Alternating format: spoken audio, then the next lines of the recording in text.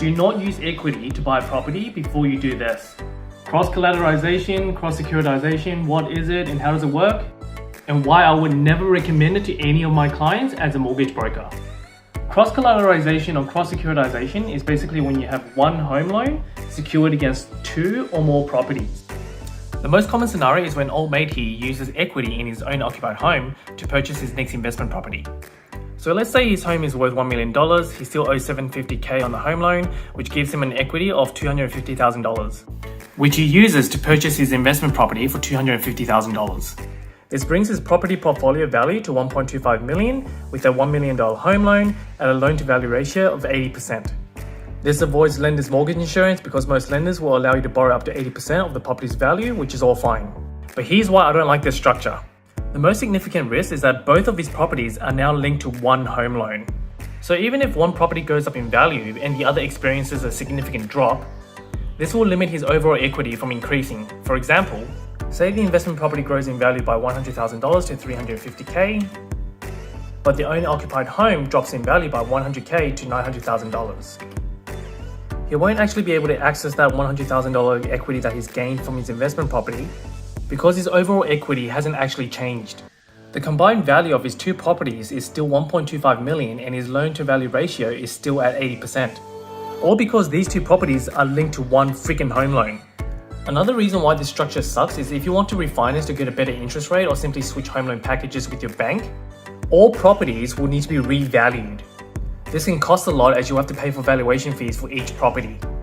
It can also be complicated and time-consuming as banks have to order a variation of security. What's worse is the valuer could come back with a low valuation on one of the properties, preventing him from refinancing altogether.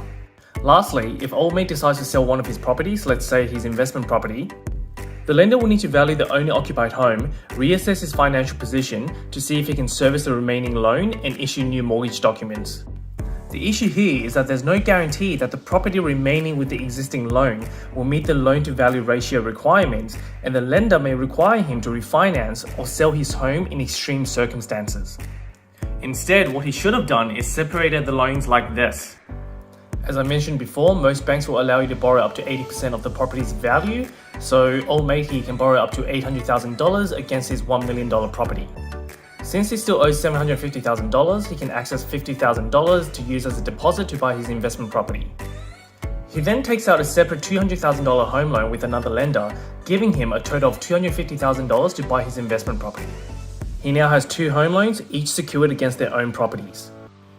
The original $750,000 home loan, which has now increased to $800,000 because he accessed $50,000 in equity, and the new home loan with another lender of $200,000. Both loans with loan-to-value ratios of 80%, both avoiding lenders' mortgage insurance.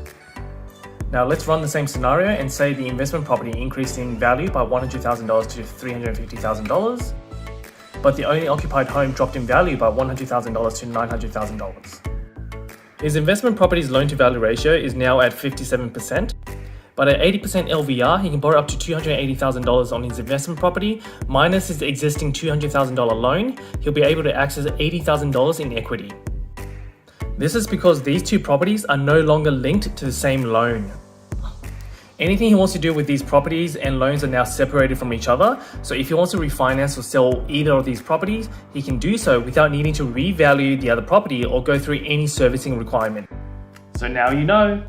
And if you want to learn more about accessing equity to buy your next property, check out the link in our profile and get in touch with one of our Pomelo brokers. As always, like and follow for more hacks and tips.